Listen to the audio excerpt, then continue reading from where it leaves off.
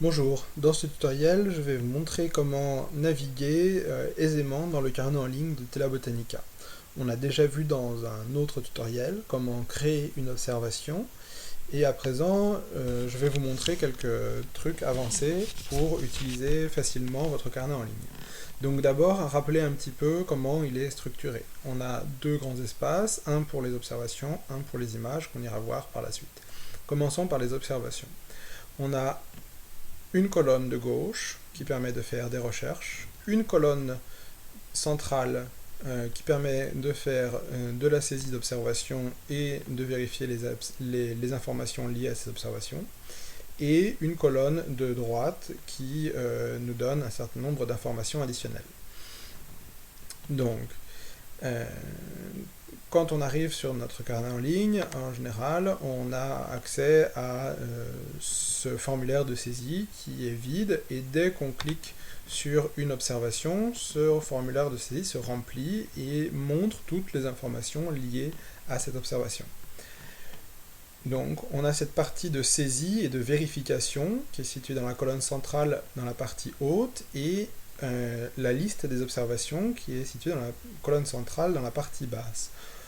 En fonction de ce que l'on souhaite faire, on peut donner plus de place au formulaire de saisie ou à la liste d'observation en positionnant la souris entre les deux cadres, et au moment où la souris devient une double flèche, on peut cliquer et faire glisser pour soit donner de l'importance, de la place au cadre du bas ou au cadre du haut en fonction des besoins du moment. On peut également replier un cadre en appuyant sur les boutons de flèche qui se trouvent d'un côté ou de l'autre. Voilà. Et je peux du coup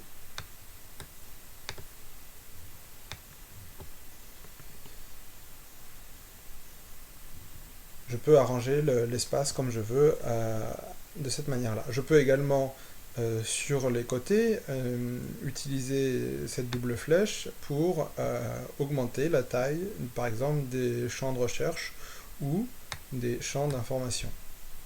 Voilà. Donc c'est manipulable à volonté afin de s'adapter aux besoins de chacun et aux besoins du moment. Alors, on a déjà vu la saisie d'informations, donc je vais principalement centrer ce tutoriel sur la navigation. D'abord, on peut faire une recherche libre via ce filtre ici. Ça permet d'indiquer par exemple un nom de plante. Donc par exemple, si je veux chercher un lamier, c'est le genre lamium en latin. Je rentre ce nom, lamium, je clique sur la touche entrée du clavier, sur le bouton rechercher, et apparaît dans la liste filtrée l'ensemble des observations qui correspondent à des lamiers. Voilà. On a par exemple ici 11 observations de lamiers. On peut faire une recherche par localité. Il suffit de cliquer sur le petit plus à côté du symbole de dossier localité. Et il va nous dérouler la liste de toutes les localités qu'on a vues, d'abord en précisant le pays. Donc par exemple, si on avait fait des observations en Espagne, on aurait un deuxième dossier ES, donc là on va dans les observations françaises.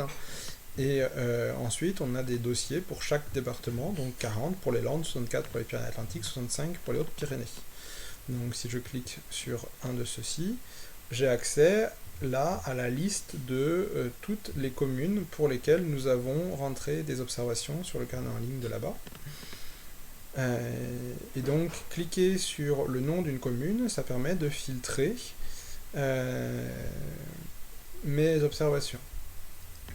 Donc ici, on avait déjà fait une recherche pour lamier, et en cliquant sur le nom de la commune Oloron-Sainte-Marie, ça permet d'ajouter ces filtres au premier filtre lamier, et donc on voit qu'ici on n'a plus que 4 résultats qui correspondent à tous les lamiers observés à Oloron-Sainte-Marie.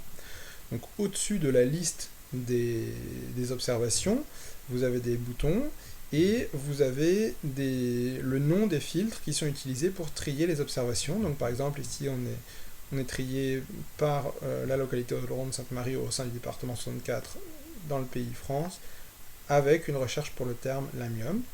Si je supprime celui-là, par exemple, recherche avec le terme lamium, je peux afficher toutes les observations qui ont été réalisées à Oloron-Sainte-Marie. Je peux également trier par date. Et ici, par exemple, si je vais sur 2016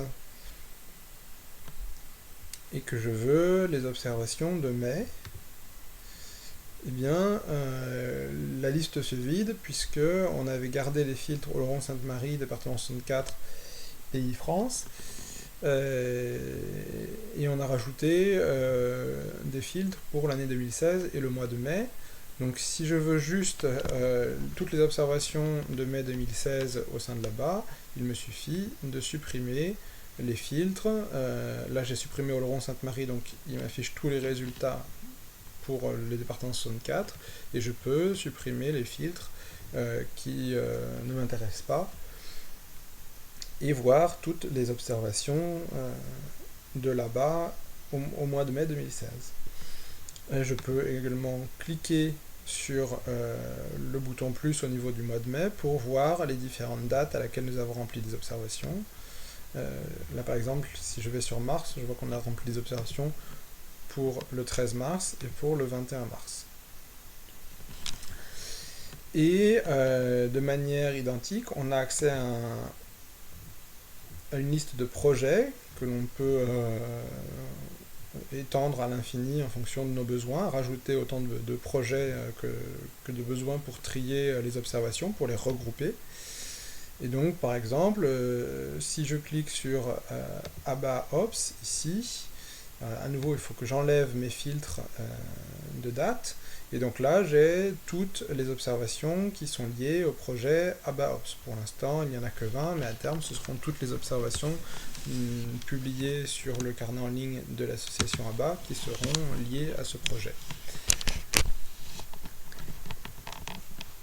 Si vous cliquez sur une observation, on a les informations liées à cette observation qui s'affichent en dessus. Donc on voit que cette observation a été faite dans la ville de Pau, aucun lieu dîner renseigné, la station était sur le boulevard Champetier de Ribes, et le milieu était une fissure de mur.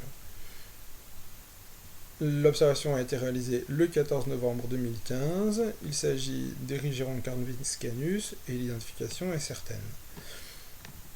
On voit ici à droite de l'écran la carte de répartition départementale d'Erigeron carvinus et une image de cette plante.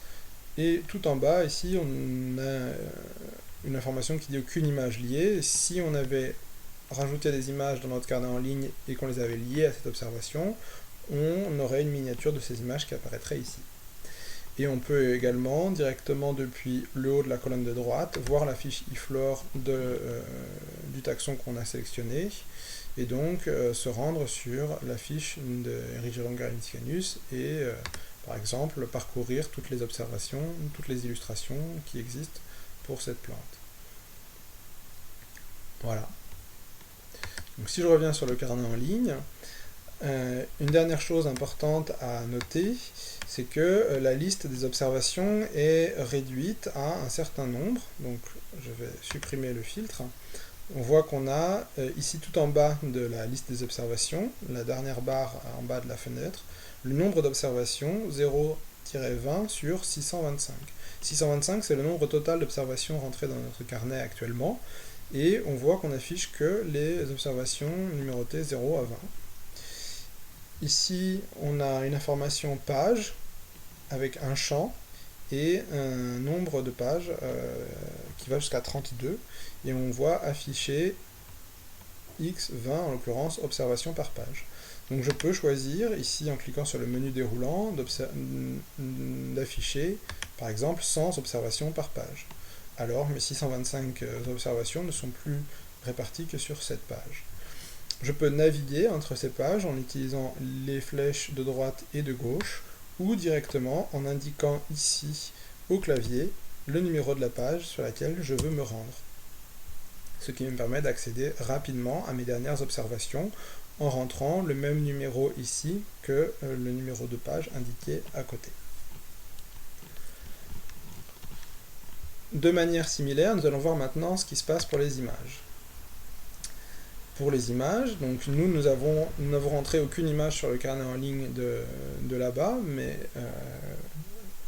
ça serait le même principe que pour les observations. On a à gauche des barres de filtre avec les mêmes options de recherche par date et par mots-clés. On peut ajouter des mots-clés aux images. On a également ici en bas un nombre de pages qui s'affiche et sur la gauche un champ de recherche qui nous permet de rechercher parmi les observations. Voilà, j'espère que ce tutoriel sur la navigation au sein du carnet en ligne vous aura été utile. À bientôt.